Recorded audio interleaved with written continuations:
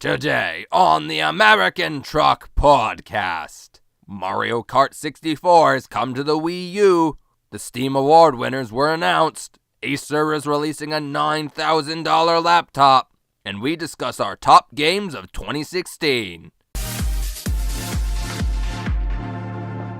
Hello and welcome to the American Truck Podcast with Andrew C.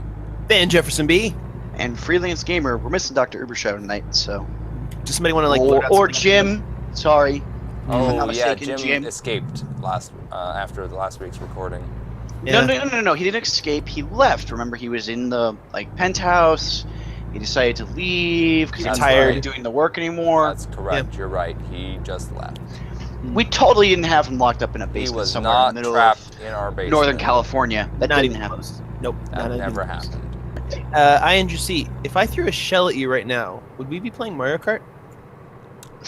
Possibly, or you'd be the rude guy who throws shells at people while driving. I really wish I was eating a banana right now because I would do that trick where you could throw the banana peel forward. You probably just hit your own truck. Yeah, you probably would drive over it yourself, but... Oh, well, I didn't say I was particularly good at Mario Kart before. But I guess I can practice now. Do you know why? I don't. Why? Because Mario Kart 64 is now on the Wii U's Virtual Console, and it's awesome. Oh, man. That's pretty cool. I've always wanted that. It allows for the full 8-player multiplayer from what I've seen, too. Yeah, well, I mean, plus you get it on the Wii U, so you're utilizing the Wii U system. There's no jailbreaks, no hacks. Keep your warranty. Support Nintendo bringing back old games to the Virtual Console, so hopefully they do it a little bit faster. This is true. Hopefully it is cross-compatible with the Switch when it comes out.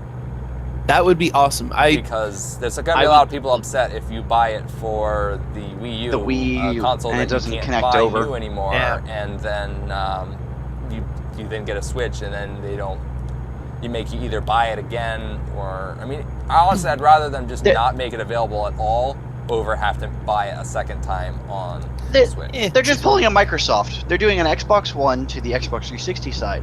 Xbox original, by the way, not Xbox One. Oh, yes. And they're making it so that you buy it on the the Wii U and you're all happy and playing it, and then you realize, oh shit, I'm out of date, and you need to go buy it on the Switch. Yep. I mean, I will not be surprised if they do that.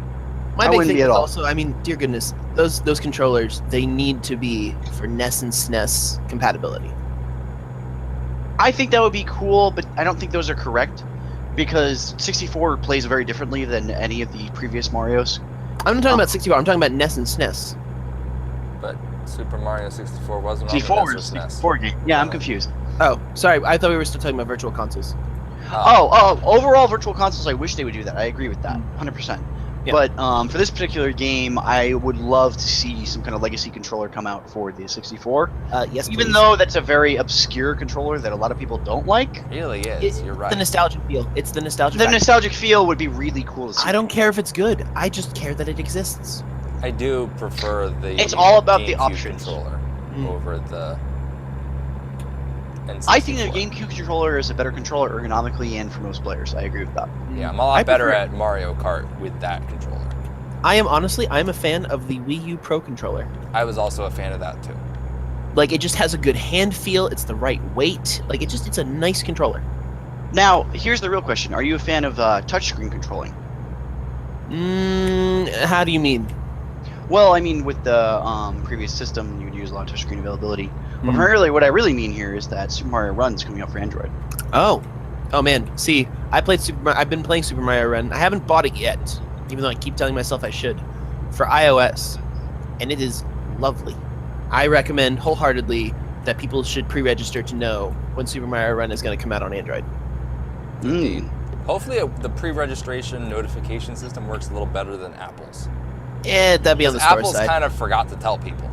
It kind of came out, and then a day later, for some people, it notified, "Hey, the game's out," and everyone was like, "I already downloaded it." Yeah, it's basically the notification for people who didn't care and weren't following the news about it. But if you actually were actively following it, you knew. Yeah. Truth. I knew, and then my notification came a day later, and I was like, "Yeah, I know this already. Why you tell me now?" And the award for the dude who's on it. I'm no longer on my side. Okay, we're good. Sorry, I thought it was on my side. But the award for worst notification scheme goes to you, Apple. Indeed it does. Oh, I'm actually kind of For now, until Android proves them wrong. Yeah, I kind of for hope all they we do. know, that the Android one won't work either. Android won't tell anybody. He'll be like, nah, there's no ad on the front page. No one cares. No, it's just the hidden game. But I do believe Jefferson B, before he crashed, was trying to allude to something here, and that is the 2016 Steam Award winners. Yes. Where there was Hooray! were there Not any biased at surprises? all. And completely fair. I mean, kinda I was surprised by most of them. when you have two games in the single category from the same company, I'm kind of surprised that neither of them won Villain Most in Need of a Hug.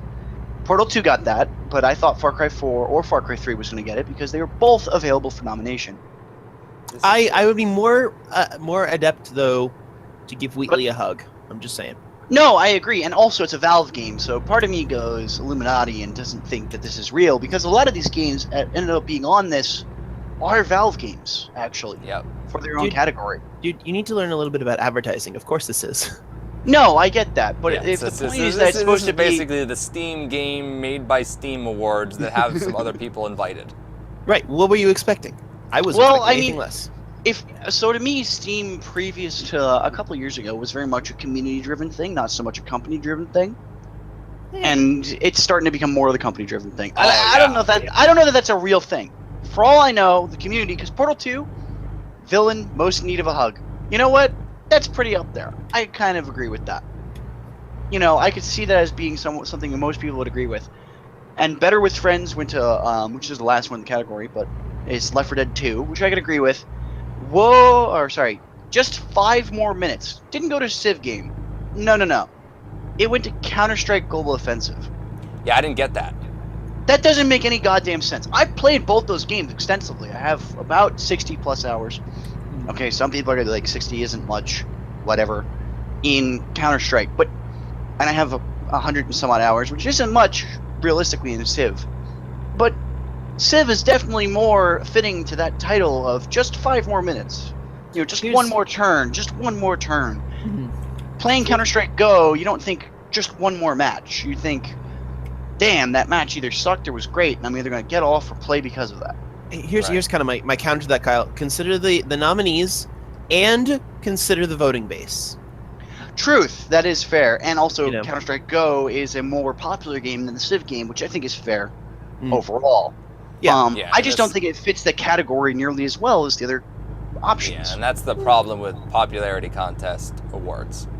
Right. That's true. I'm most interested in the fact that GTA 5 got the Whoa Dude award. I didn't even understand what that meant. I don't know what that award mean- was either. Yeah. I don't know. I was kind of hoping it would be like for some sort of like psychedelic action game. Yeah, I think something like Audio Surf or Yeah. Big Trip Runner or something yeah. a little more obscure. I don't understand why. Something with a little bit more color to it, but Yeah. I mean, it definitely wins the award for game within a game. Let's be honest. Definitely. There was no way. Oh, I yeah. would have been surprised and may have called shenanigans if it didn't win that category because it's the epitome of a game within a game. I mean, I we're talking Like, about I obviously, think we've talked about this before. It's got like 6 games in a game. pretty So sure I you're think right. I think The Witcher 3 was up there, and The Witcher 3 has a great card game in there that actually has its own like set strategy and meta, which I would have maybe given a possible win over GTA 5. But I would agree that GTA 5 overall has like what is it? You have golfing, you have tennis, you have like all of these other obscure Yoga. activities. Darts, like yoga, yoga, darts, it's got the, right? all the Racing. little like racing stuff. Yeah, I mean, Yeah. it's got a ton of little games that I are think built I in. think So. GTA 5 deserved that victory, but Whoa Dude seems a little weird to me. I don't know how that ended up in that category. I don't understand what that category really was, I guess. That's my own fault. Now it might be Whoa Dude is for the scenery because GTA 5 Possible. when you crank it up Was is a gorgeous. very great looking game. Yeah, agreed. Now what I'm most interested in is, and maybe this is where the Illuminati thing comes in. Boom boom, Doom. Oh yeah. Oh my god. Okay, so I started playing the new Doom yesterday. I played it for about an hour and a half or so. That game totally deserves that. 100%. I agree with that because the way that the game plays out, you get upgrades and random things, and eventually you can make it so you no longer take damage from explosions that you cause. So you can do rocket jumping. You can do like run into barrels and punch them and just start seeing damage done. It is hilarious, and I can totally see why Boom Boom, in a sense, represents that game. Fair enough. Oh! Sit back and relax, as well as I thought this game was cool before it won an award. Goes to our, at the Ghost Incorporated channel, favorite game, obviously, Euro Truck Simulator 2. Yep. Yeah. It's quite good to see that. Sit back and relax makes sense. I mean, that's why we use it on the podcast, is because we can play it without having to be too immersed in the game, but enough time to just bullshit about what we're talking about, what the news is, what you guys care about.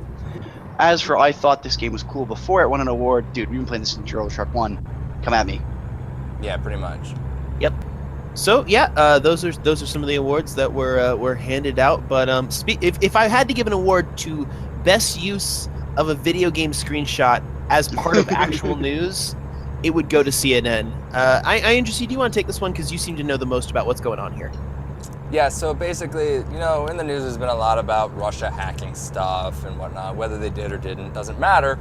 But what does matter is the fact that for some reason, CNN, when probably an intern went out looking for some kind of good background image that they could use to show, quote, hacking. Yeah, what hacking looks like and what you might see on your perspective. Yeah, right. for someone who doesn't actually know what hacking is, they were like, yeah, we'll just use this as a screenshot. And that would have been good if they chose something like maybe from like the Matrix or something, or some like... But that's been a little overused, you would think. Right, of course. Or, you know, some of the newer crime shows like, you know, that do... CSI. Yeah, Mr. exactly. Robot, you know. Mr. Robot would have been a good one. But no, they chose the Fallout 4 terminal hacking. Part of me thinks this is Fallout 3 terminal hacking because of the way the text looks, and I understand that a lot of news sites are showing like individual screenshots of computers that have that text, but the text is randomly generated, so I don't really trust that. I actually, from the way it looks, I think it's Fallout 3, and I think it's hilarious that they're using some kind, Fallout 4 or Fallout 3, hacking terminal as an example of what hacking looks like to the real person. You know, not script kiddies or any real form of hacking where you don't see any of that shit.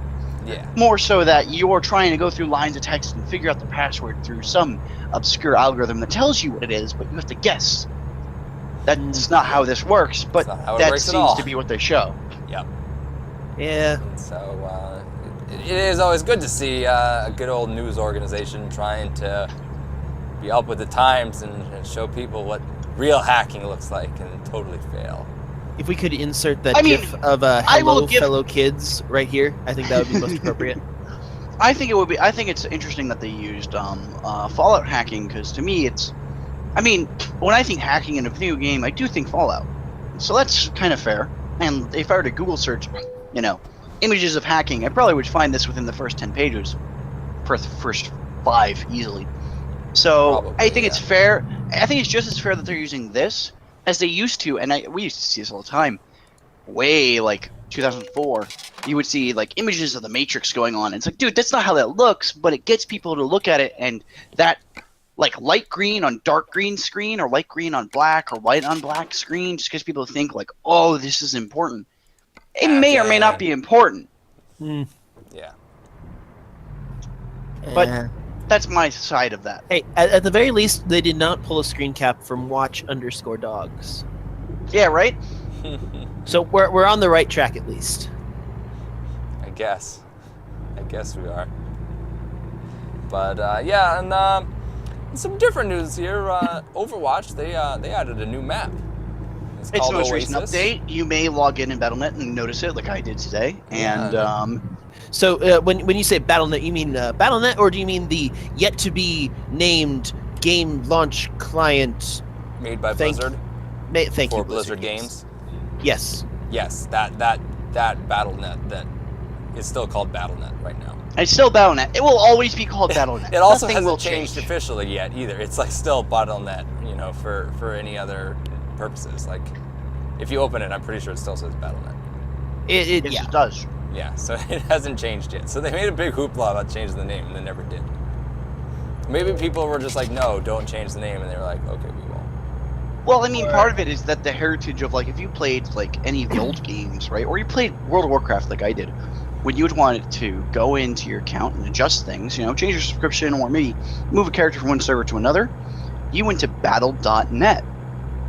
To me, it would be absurd to change that. That is a Blizzard IP, no matter how absurd it sounds to new players. Yeah. I mean, even still, you still go to battle.net to do stuff like that. Yeah, absolutely. So why? I don't understand that change. Yeah, That's an older podcast. Go watch that one. Yeah. I think we did devote an entire podcast to the discussion of that change. We definitely did. But yeah, the thing with this new map called Oasis, I saw it adds jump pads apparently. I'm really interested to see what these jump pads end up doing, because apparently it's the first map that has jump pads, and it's a new mechanic for doing any kind of map. So yeah, it'll make it so some characters who are less mobile, like Tracer. I mean, she's very mobile, like on a horizontal area, but vertically not so much. Yeah, exactly. Whereas you do have a lot of characters who are really, really mobile vertically. Yeah, exactly. It gives them that advantage they may need against, or what's the one? Ana, the sniper. She has no way of getting like anywhere of high ground like a Widowmaker would, but now may have the opportunity to do so. Right, and now we have a whole new thing of aerial combat, which I mean is just going to add all kinds of new melee elements. Oh yeah, new meta, new tactics. This is going to be great, I think, for the meta and for the player base. Indeed, it definitely will be. So, is anyone here interested in a $9,000 laptop? Ooh, pick me. Yes, Jefferson B. You were interested in one? I am interested. Tell me more about this supposed $9,000 laptop. What do I get? Give me a reason to buy it. Let's start with All that. right, okay, so it's the Acer Predator 21X. It was just announced here at CES. It's got a 7th generation i7 processor in it. Doesn't the processor not exist yet? Wait. 7th? Yeah, 7th generation. It's a KB Lake processor. Oh, you mean that thing that was also announced at CES today? KB Lake. Yeah, Kirby Lake? And brand new. Ooh, It's the shiny. 7th Lake. The 7th of the lakes. Cool. But here's what you should read into. It's got 2 GTX 1080s in SLI. Holy shit. Okay, so is the battery life any good or no? What batteries? Yeah. I expect this to be it's just a laptop, battery. dude. I'm paying $9,000 for a laptop. Yeah, I'm hoping it has at least plug and go over 30 to minutes. the other plug. All I want is they, it gets they 30 didn't minutes. bother to say any information about battery life on it. They did say it has 2 power supplies, Oh, well, that's good. which tells you it uses a lot of power. Shit. Yeah. No, this is intense. Yeah, it's got a curved, ultra wide, 21-inch, 120 hertz display. How does it shut flat then? It's like you do? I don't know. It's probably got a curved body. That's what I would. So in my laptop bag, it'll just be curved around me. So walking around with it. Dude, Yeah. You may as well get a flight case if you're spending Actually, I $9,000 did on a see laptop. that it does come with a case. Oh, it that's comes with a thoughtful. special That's case cool. that is designed to fit that laptop, because it is kind of weird. I guarantee it's because a normal laptop case would just let it curve around you or curve opposite you. Yeah. And make it very Yeah. uncomfortable. It's kind of what happens when you have a laptop that's quite large and is 17, almost 18 pounds. 18. Is that still portable? Do we count that? Maybe. We're stretching the definition It of might portable be here, still dude. portable. I mean, it's lighter I mean, than my I can desktop. lift 17 pounds almost as easily as I can lift my desktop. Like, I mean, the difference I feel between like the my two. desktop's more heavy than 17 pounds. Oh, absolutely. But if it requires effort, then that makes it not But so like much in a a laptop case and with a portable. handle, that seems like it's better. But I don't know. All right. So Andrew, help me out here. What sort of like other peripherals and stuff are we getting? Oh, it's got 64 gigs of flaming fast DDR4 RAM. It's also got the ability to have multiple SSDs, up to 4 SSDs crammed into it, as well as a spinning disk hard drive it's going to have. It's got 3-way audio, as well as a numerical keypad that can be flipped over with a precision touchpad on the back. And most importantly, of course, like you do. Okay. it's got a full-size Cherry MX Brown keys with a per-key backlight system. Wait, what? Per Key backlights.